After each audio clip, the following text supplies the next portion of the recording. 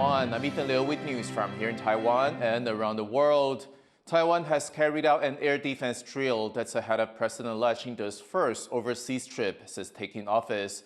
And some expect that China could launch its own military drills in response. Louis Watt reports. An air defense drill by Taiwan, testing its response and engagement procedures. It's a routine drill, but it comes as the country is on guard for possible military drills by China. 任何蓄意制造台海紧张情势的做法，都会对区域安全造成实质的威胁，也会破坏和平稳定。那么这些都不是两岸民众跟国际社会所乐见。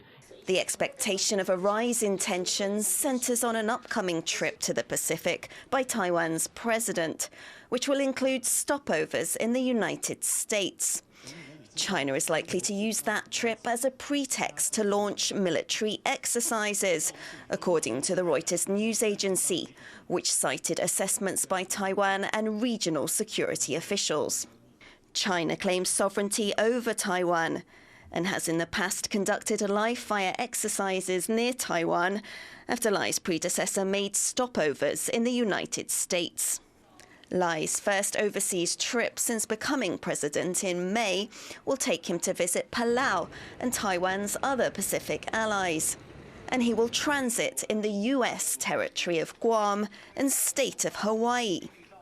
While the president will be busy with multiple stops over the coming days, the government's focus may instead be on the Taiwan Strait, watching to see whether China carries out its third major war games around Taiwan this year alone. Chris Ma and Louise Watt for TaiwanPlus. 2 people have been hurt in an accident during military drills.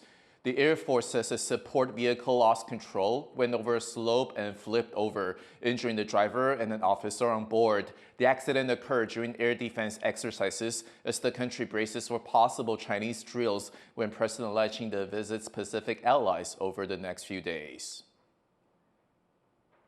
When President-elect Xi sets off for the Pacific this week, Taiwan's Indigenous Peoples Council minister will be among the delegation. The decision is being viewed by some as a signal of government support for Taiwan's indigenous population. For more on this, Rick Lauer spoke to Waki Pa-yang, a professor of indigenous studies at Taiwan's National Donghua University. So among the delegation, President Lai is taking Taiwan's Indigenous Affairs Minister. Why do you think he might be on this trip to the Pacific? I think his participation in this trip is really pivotal. And Minister Lao Chu, he is an indigenous person himself, and he's good at that, is well experienced in cultural exchange and cultural preservation and language preservation, all these aspects.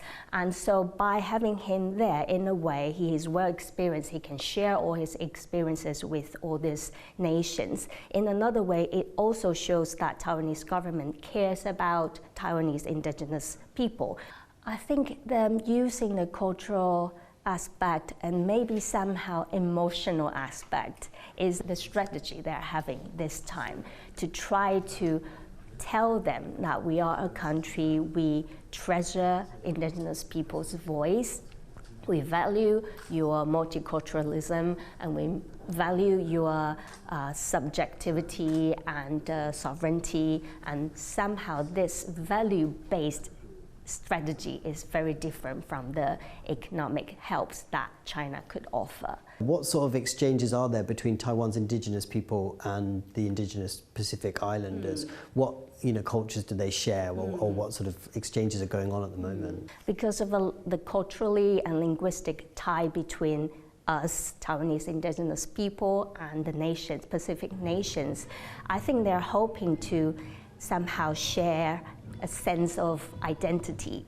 meaning that we are a big family, so we share similar identity, and then we can do all these things, achieve things together as a family. Taiwan's indigenous people have obviously had a very difficult history and have been discriminated against and still face stigma. And in the recent years, there has been, more done to give them more voice and to protect languages, culture. Why might indigenous people want to also, reconnect with other Indigenous people around the world, including in the Pacific.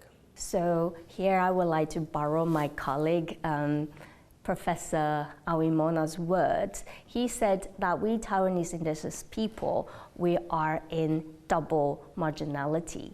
For instance, in Taiwan, we are not the dominant culture, we are suppressed. And in the international level, we are also facing the pressure from China. We are usually invisible.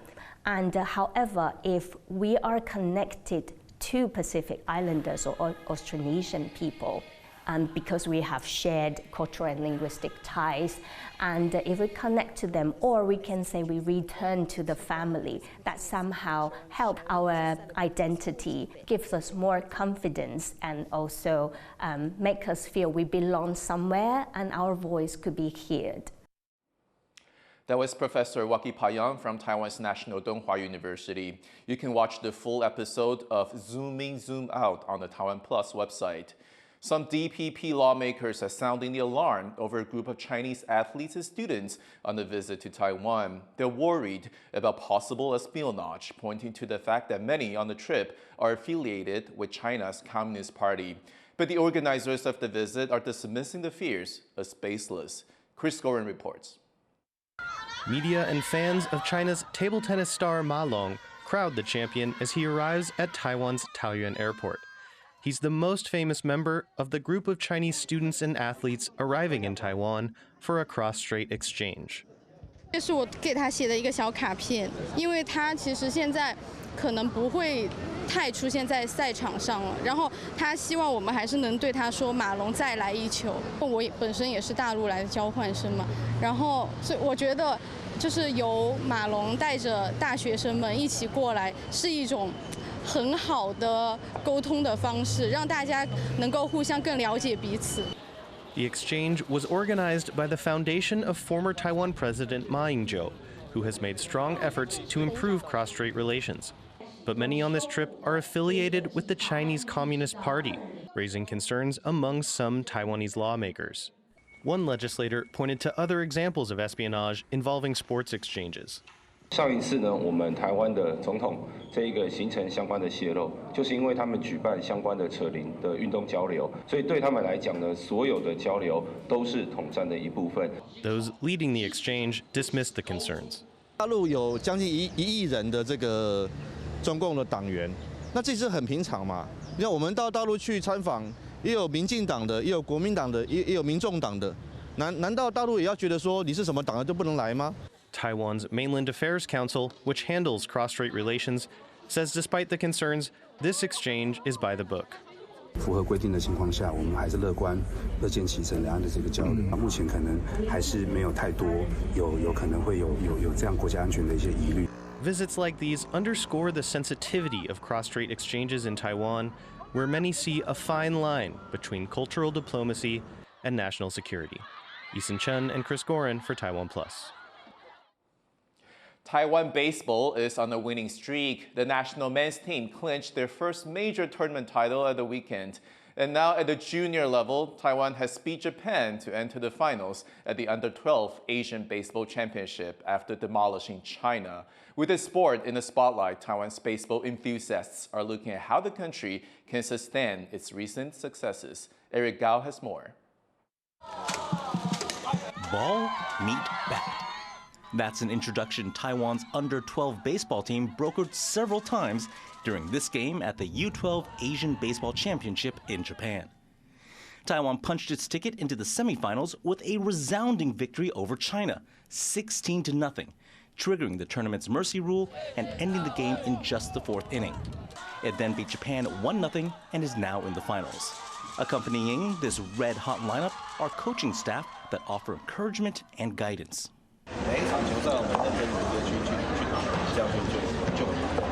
This is hot off the heels of Taiwan's first ever major international baseball win at the WSBC Premier 12 tournament, where Taiwan managed to pull off a major upset by beating world #1 Japan in the gold medal round. Many stars on that team, like infielder Zhang Kunyu and pitcher Zhang Yi, got their start at the youth level. With Taiwan's baseball stars racking up the accolades, fans are now hoping the country can turn its recent successes into a longer-lasting legacy. 中华队2013年输给日本队啊，而且现在逆转胜，而且隔了10几年，我觉得就是台湾棒球的转捩点。我是希望说大家继续把这个气势啊，就是延续到之后的 WBC， 还有2028年的洛杉矶奥运。A couple of local governments have announced more funding for baseball development programs, but that might not be enough to fulfill Taiwan's lofty national ambitions, particularly if the country is to continue contending with heavyweights like Japan.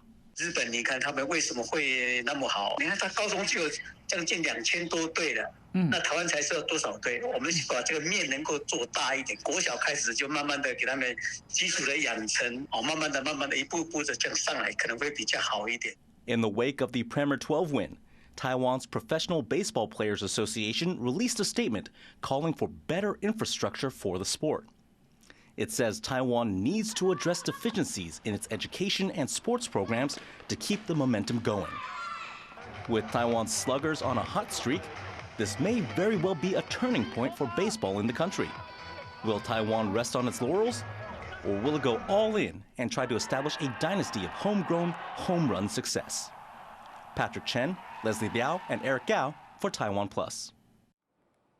Taiwan's cabinet has proposed legal changes to protect the public, with one amendment aimed at protecting children from physical punishment.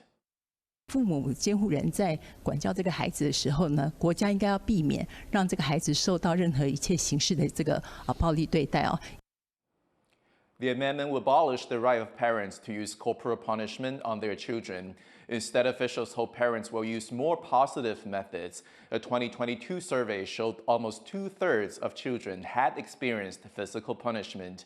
Meanwhile, the government is launching a new plan to fight fraud. It'll integrate AI into scam prevention efforts, strengthen fraud awareness, and work to minimize financial losses.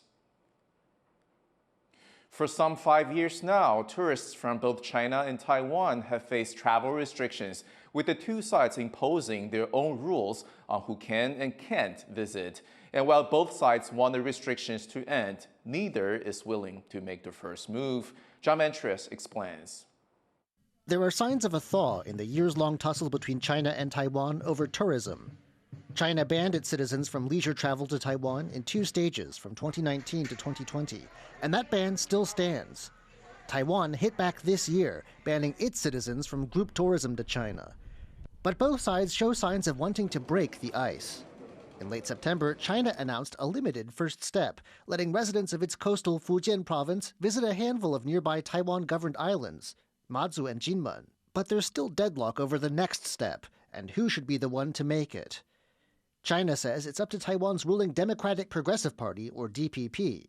只要民进党当局取消禁团令，我们将在恢复大陆居民赴马祖、金门旅游的基础上，研究进一步扩大大陆居民赴台旅游。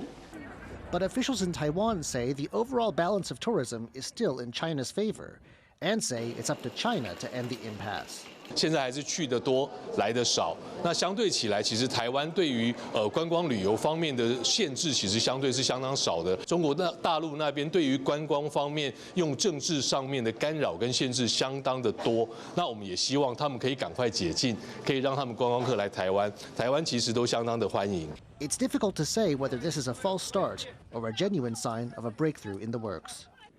Hank Xu and John Van Trieste for TaiwanPlus.